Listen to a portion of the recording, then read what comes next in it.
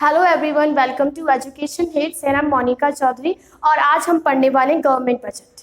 Government budget के क्या components होते हैं, उनका क्या डिफ्रेंशिएशन है, किस टाइप के कंपोनेंट है, उनकी क्या सोर्सेज है, उनकी क्या टाइप्स हैं, उन सब के बारे में। तो मैं आपको एक जनरल व्यू दे देती हूँ कि आज हम क्या क्या पढ़ने वाले हैं और किस तरीके से ये सारी चीज़ें इंटर रिलेटेड है। जैसे कि when you talk about the components of budget के क्या क्या हिस्से होते हैं। बेसिकली दो ही हिस्से होते हैं कि पैसा लगाना कहाँ है और पैसा आएगा कहाँ से। तो basically the budget receipts and the budget expenditure. Then we come to know budget receipt दो कैटेगरी में डिवाइड हो जाते हैं, revenue receipts and capital receipts. जो रेवेन्यू के थ्रू पैसा आ रहा है और जो कैपिटल के थ्रू पैसा आ रहा है उसे हम बोलेंगे रेवेन्यू रिसिप्ट्स और कैपिटल रिसिप्ट्स, और इनके बारे में क्या है हम आगे पढ़ेंगे, ठीक है।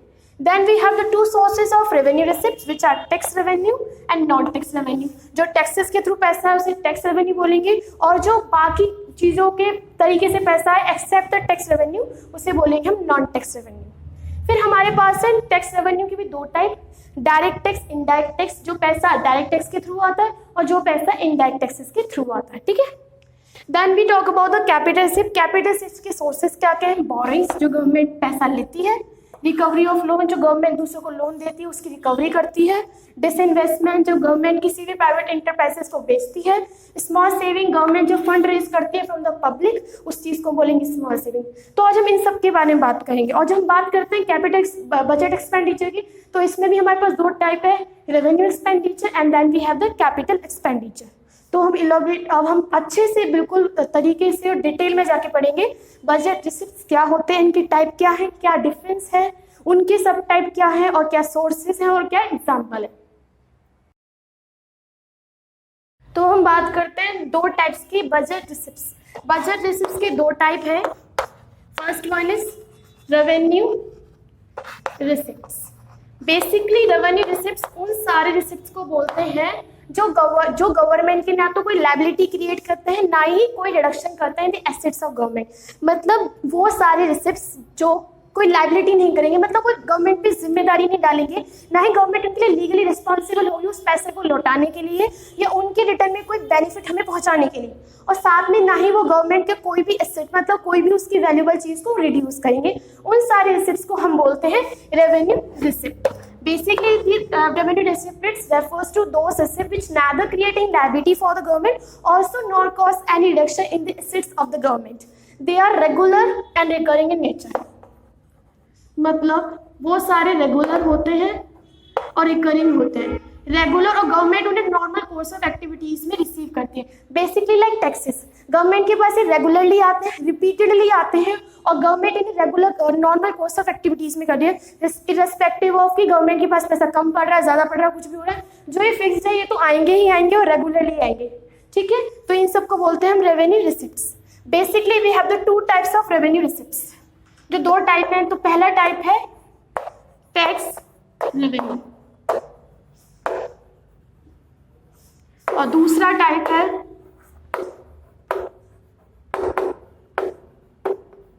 Non tax revenue. Basically, the tax revenue refers to the sum total of receipts of the government from all the taxes and duties imposed by the government. Tax and duties, जो गवर्नमेंट हम पर tax लगाती है या different type की duty लगाती है, import duty, export duty या taxes like corporate tax, income tax, उन सब के टैक्स के थ्रू जो हमें पूरा पैसा मिलता है, इन सब से उन्हें हम बोलते हैं टैक्स रेवेन्यू। जो रेवेन्यू टैक्स के थ्रू आता है या ड्यूटी जो गवर्नमेंट इम्पोज करती है उसे हम बोलते हैं टैक्स रेवेन्यू, ओके। अब पूछेंगे टैक्स क्या होता है। Tax is a compulsory payment made by the companies and people to the government without any reference to direct benefit in return। मतलब टैक्स एक ऐसी कंपल्सरी ड्यूटी है जो हमें करनी ही पड़ेगी, हमें पैसा गवर्नमेंट को देना ही पड़ेगा, और हमें पता भी नहीं है कि हम जो पैसा दे रहे हैं उसका हमें लाभ मिलेगा नहीं मिलेगा। मतलब ऐसा नहीं है कि हमें बेनिफिट जरूरी है मिलेगा, गवर्नमेंट इसके लिए और क्या कहते हैं बिल्कुल रिस्पॉन्सिबल नहीं है कि वो हमें बाद में कोई हमें रिटर्न दे, ठीक है। तो टैक्स हमें पता चल गया क्या होता है। Then we have two types of taxes, okay. First one is direct tax and second one is indirect tax। जैसे आपको वर्ड से समझ आ रहा है, डायरेक्ट टैक्स जो टैक्स हमें दिख रहे हैं कि डायरेक्टली हम पे लग रहे हैं, इनडायरेक्ट टैक्स जो कि इनडायरेक्टली हम पे लग रहे हैं, हम उन्हें पे कर रहे हैं, ठीक है। तो directly tax refers to those tax which are imposed on the income and property of individual or companies and are paid directly by them to the government. मतलब जो टैक्स हमारी इनकम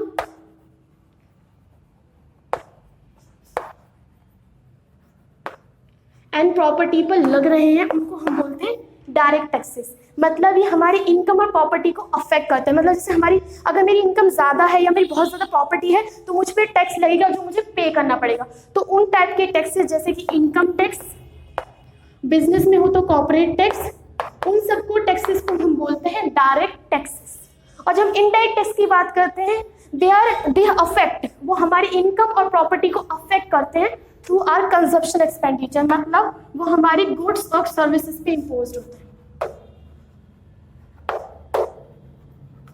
यानी जो हम गुड्स और सर्विस कंज्यूम कर रहे हैं या यूज कर रहे हैं तो ये जो कंजप्शन एक्सपेंडिचर, जो हम अपनी कंजप्शन पे सेटिस्फाई करने के लिए अपनी कंजप्शन को जो एक्सपेंडिचर खर्च कर रहे हैं उस पे जो टैक्स लगता है उसे हम बोलते हैं डायरेक्ट टैक्सेस। ठीक है, example GST, goods and service tax. ठीक है, दे हैव लिमिटेड रीच, मतलब एक बहुत ही लिमिटेड एक सेक्शन तक ही सोसाइटी के होते हैं। जैसे कि आपको पता है अपर मिडिल क्लास जो कि एक रिच कैटेगरी में कहा जाता है, जिनकी इनकम बहुत ज़्यादा होती है, प्रॉपर्टी बहुत ज़्यादा होल्ड करते हैं, उन लोगों पर ही डायरेक्ट टैक्स लगते हैं।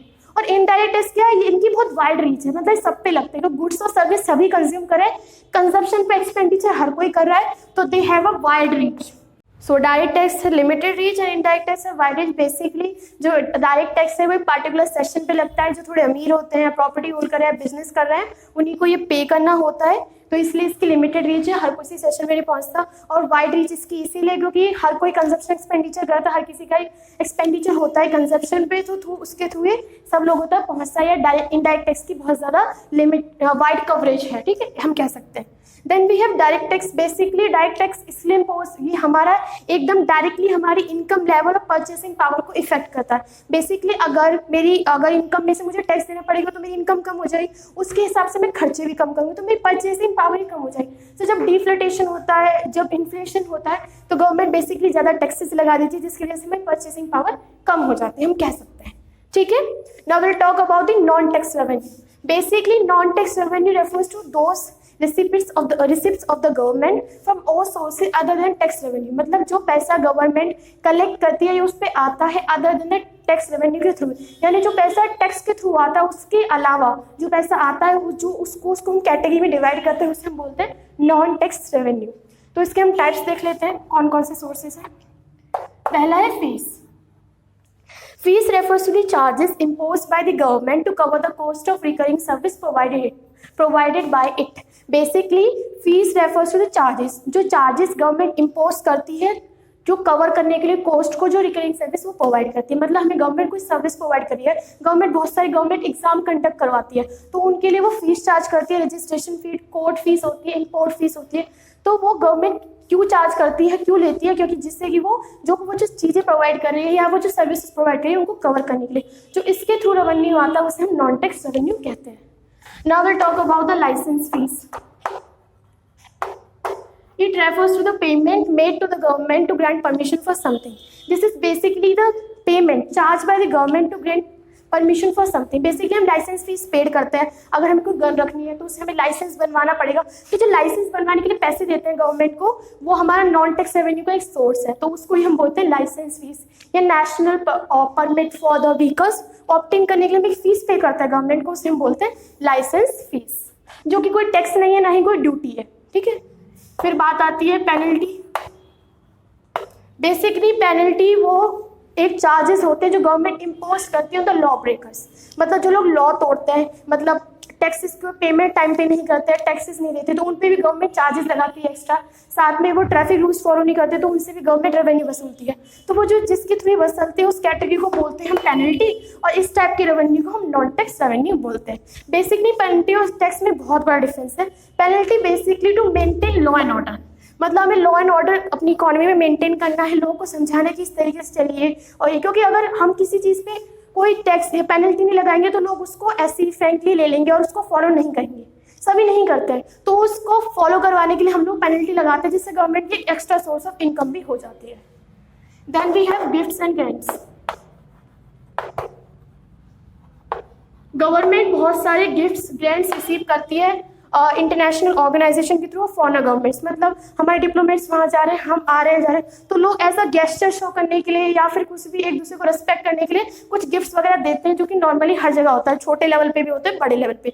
और गवर्नमेंट को कुछ लोग वॉलंटरी गिफ्ट करते हैं या गवर्नमेंट को पैसा देते हैं, जैसे पीएम केयर्स फंड है, वो तो खैर उसकी लड़ने के लिए, बट उसमें लोग पैसा दे रहे हैं। इसी के थ्रू अगर कोई भी गवर्नमेंट को कुछ भी पैसा है, गिफ्ट्स देता है, उसे बोलते हैं गिफ्ट्स एंड ग्रांट्स। इसके थ्रू भी गवर्नमेंट कमाती है, बट ये ज्यादातर पैसा किसी क्राइसिस में दिया जाता है, जैसे भी कोविड-19 का क्राइसिस चल रहा है, या एकदम से वॉर हो रहा है, या फ्लड आ रहा है, अर्थक्वेक आ रहा है, तो उस केस में गवर्नमेंट को थोड़ा पैसा चाहिए होता है। तो कुछ लोग जिनके पास ज्यादा पैसा होता है या थोड़ा चैरिटी करना चाहते हैं, तो उस केस में वो गवर्नमेंट को पैसा दे देते हैं। तो इसे भी हम नॉन टैक्स रेवेन्यू कहेंगे, क्योंकि ये रेगुलर नहीं है, ना ही रिकरिंग है, मतलब ये रेगुलर गवर्नमेंट रिसीव नहीं करती है। ठीक है, then we have interest. Basically जो गवर्नमेंट है, सेंट्रल गवर्नमेंट है, वो स्टेट गवर्नमेंट को, यूनियन टेरिटरीज को बहुत पैसा लोन दे दिया। उनको लोन चाहिए था कुछ अपने काम के लिए, और उन्होंने लोन ले लिया सेंट्रल गवर्नमेंट से। तो जो सेंट्रल गवर्नमेंट उस पर इंटरेस्ट लगाएगी, वो पैसा भी लेगी, तो वो इंटरेस्ट जो होगा वो हमारा होगा नॉन टैक्स रेवेन्यू। ठीक है, then we have special assessment. Special assessment refers to the charges which are paid by the owner of those property whose value is appreciated due to development activities of the government. मान लीजिए किसी metro station बना, उसके पास में किसी का plot या घर है, तो उसकी वैल्यू जैसे मेट्रो स्टेशन बना एकदम से बढ़ गई, मतलब वो पहले 10 लाख का था, 20 का या 30 का पहुंच चुका है। तो उस केस में जो गवर्नमेंट है मेट्रो स्टेशन बनाने में जो उसने एक्सपेंडिचर खर्च किया होगा, पैसा खर्च किया होगा, उसका वो थोड़ा सा पार्ट ऐसे लोगों से लेती है, क्योंकि उसकी वजह से उनके लोगों की जो प्रॉपर्टी है उसकी वैल्यू बहुत ज़्यादा बढ़ जाती है। तो उन वाले जो पेमेंट होती है, उस पेमेंट को बोलते हैं हम special assessment. Okay, then we have escheat. Escheat refers to the claim of the government on the property of those people who dies without leaving behind a legal hire or a will. मतलब government का उनकी property पे claim, जो लोग मर जाते हैं बिना कोई अपनी किसी वारिस को छोड़े बिना या ही विल बनाए बिना, मतलब वो कह के नहीं जाते या लिख के नहीं जाते कहीं भी पार्टिकुलरली कि हाँ ये मेरी प्रॉपर्टी है, इसको आप इसमें दे दीजिएगा। अगर ऐसे लोगों की मतलब जो लावारिस प्रॉपर्टी होती है, जिनका कोई वारिस नहीं है, उस केस में जो प्रॉपर्टी होगी उसमें सारा क्लेम और सारा पैसा गवर्नमेंट का होगा। तो इसे भी हम नॉन टैक्स रेवेन्यू कहेंगे, क्योंकि ये किसी टैक्सेस और ड्यूटीज के थ्रू नहीं आ रहे। ये कुछ वेरियस सोर्सेज है जिनको मैंने आपके साथ डिस्कस किया है, और भी 1-2 सोर्सेज होते हैं, जैसे कि डिविडेंड ले लीजिए, या फिर आप और जो कमाई होती है गवर्नमेंट के थ्रू, पब्लिक सेक्टर इंटरप्राइजेस, उनके थ्रू, ये भी उसके अंदर ही आते हैं नॉन टैक्स रेवेन्यू में। तो बेसिकली नॉन टैक्स रेवेन्यू वही होते हैं जो गवर्नमेंट सारी सोर्सेज से कमाई करती है, other than tax revenue. Tax revenue basically जो गवर्नमेंट ड्यूटीज और टैक्सेस वो इम्पोज करती है लोगों पे, उसके थ्रू कमाई करती है। तो हमने अभी इसमें रेवेन्यू रिसिप्ट्स में पढ़ लिया कि टैक्स रेवेन्यू क्या होता है, नॉन टैक्स रेवेन्यू क्या होता है। अब हम बात करेंगे कैपिटल रिसिप्ट्स की।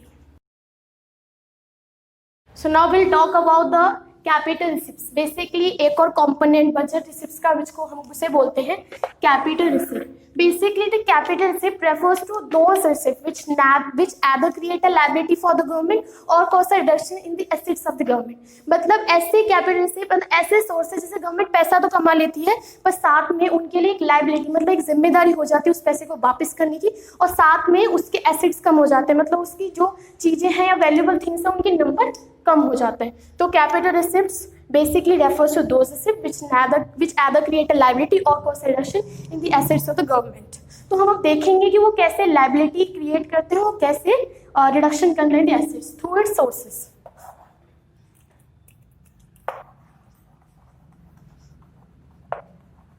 पहला जो सोर्स है वो है बोरोइंग्स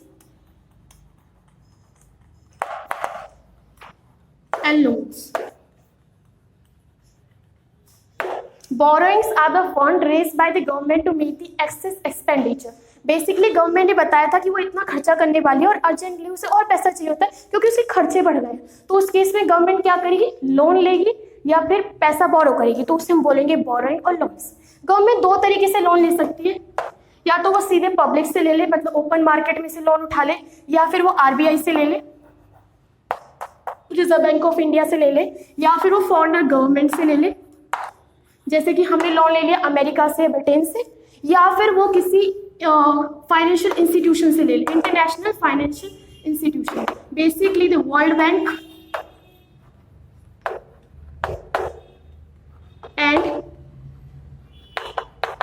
इंटरनेशनल मॉनेटरी फंड, मतलब गवर्नमेंट को लोन चाहिए अपने एक्सेस एक्सपेंडिचर को मीट करने के लिए, उसके लिए वो लोन या तो आरबीआई से ले सकती है, फॉरेन गवर्नमेंट से ले सकती है जैसे कि Britain, America and all, and then financial institution से ले, international financial institution basically the world bank and IMF। तो हम इसे क्यों कह रहे हैं कि बोरिंग्स जो है वो कैपिटल रिसिप्ट्स हैं, क्योंकि वो लाइबिलिटी क्रिएट कर देती है गवर्नमेंट के लिए वापस करने। अब पैसा हमने लिया है तो हमें वापस तो करना पड़ेगा, साथ में इंटरेस्ट भी लगेगा, तो गवर्नमेंट पे एक लीगली जिम्मेदारी आ जाती है इस पैसे को वापस करने। और तो गवर्नमेंट को पैसा मिल गया अपने एक्सपेंडिचर को मीट करने के लिए, पैसे वापस भी तो करना पड़ेगा, तो इसीलिए हम इसे कैपिटल रिसिप्ट्स बोलते हैं, because it create a liability for the government. Then we have recovery of loans.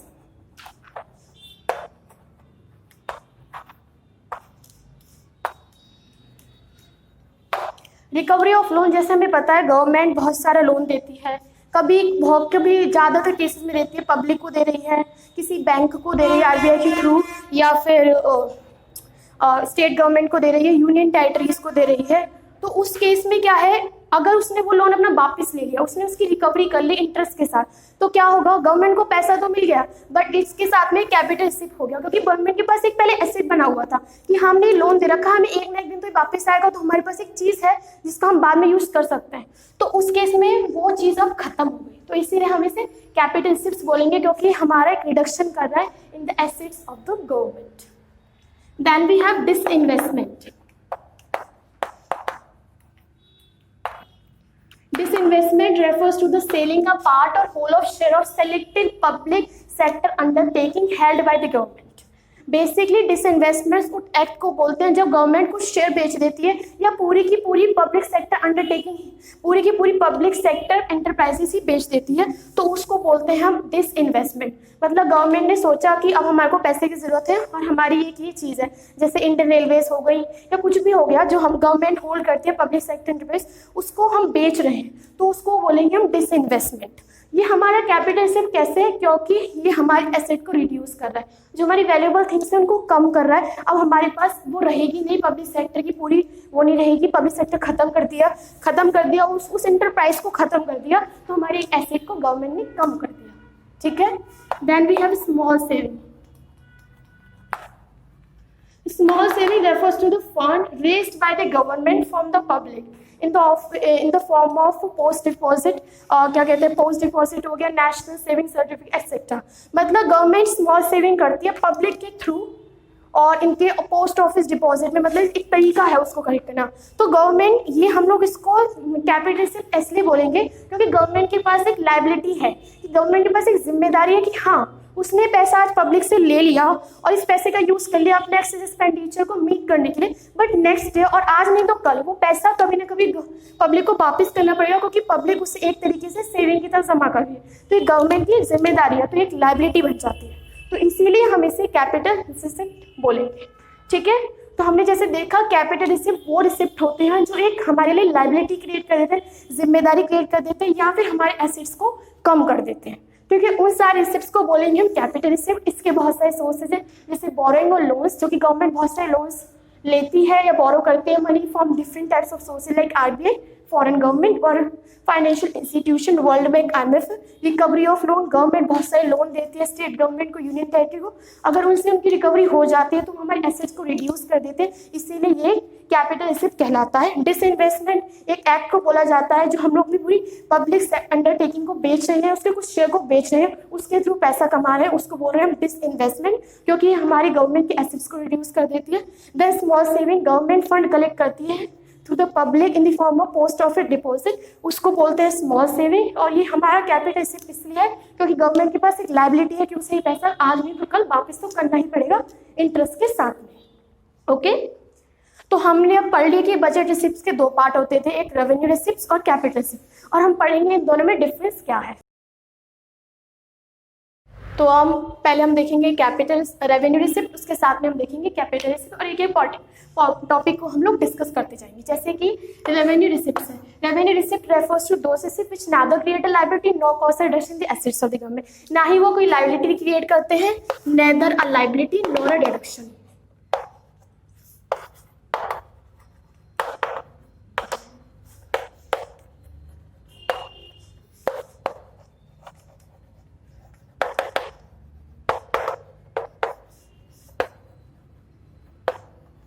The assets of the government. और कैपिटल रिसिप्ट उन रिसिप्ट को बोलते हैं जो तो एक या तो वो लाइबिलिटी क्रिएट करेंगे, either a liability or a deduction।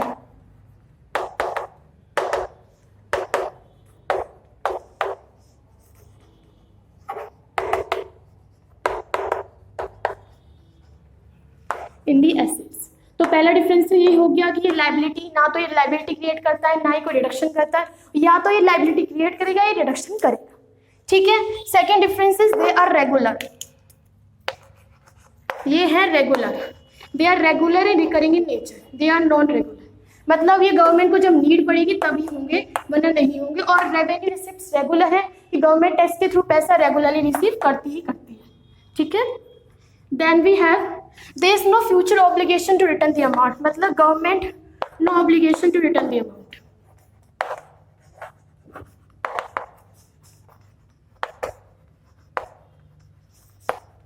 मतलब गवर्नमेंट इज नॉट रिस्पॉन्सिबल, आप टैक्स पे करोगे तो गवर्नमेंट आपको एश्योरेंस नहीं दे रही कि वो आपको बेनिफिट करेगी उसके रिटर्न में, नहीं। तो there is no obligation on the government to return the amount, but in case of capital receipt there is obligation. जिम्मेदारी है गवर्नमेंट को ये पैसा आज नहीं तो कल वापस करना पड़ेगा, और इन केस ऑफ बोरोइंग और लॉन्स इंटरेस्ट के साथ वापस करना पड़ेगा, okay. Then we talk about the sources. इसके सोर्सेस क्या है? Tax revenue and non tax. और इसके सोर्सेज जैसे हमें पता है borrowings, recovery of loan, disinvestment, ये दोनों इसके सोर्सेज हैं। और आप इनसे एग्जांपल लिख सकते हो। टैक्स रेवेन्यू में आप एग्जांपल लिख सकते हो इनकम टैक्स, कॉर्पोरेट टैक्स और जीएसटी, और नॉन टैक्स रेवेन्यू इंस्टेट या फिर स्पेशल असेसमेंट। तो हमने दोनों के बीच में यही बेसिक डिफरेंस है, और इतना ही आपको एग्जाम में लिखना है। You get the 4 point. It neither create a liability nor cause reduction in the assets of the government. It either create a liability or cause reduction in the assets of the government. They are regular, recurring in nature. They are non-regular and non-regular and non-recurring in nature. And there is no obligation to return the amount. There is no obligation to return the amount, future obligation, along with the interest in case of borrowing or loans. And they are divided into two parts: tax revenue, non-tax revenue. Basic sources of capital receipts are the borrowing and disinvestment. If you have any query, please mention in the comment section. That's all for today.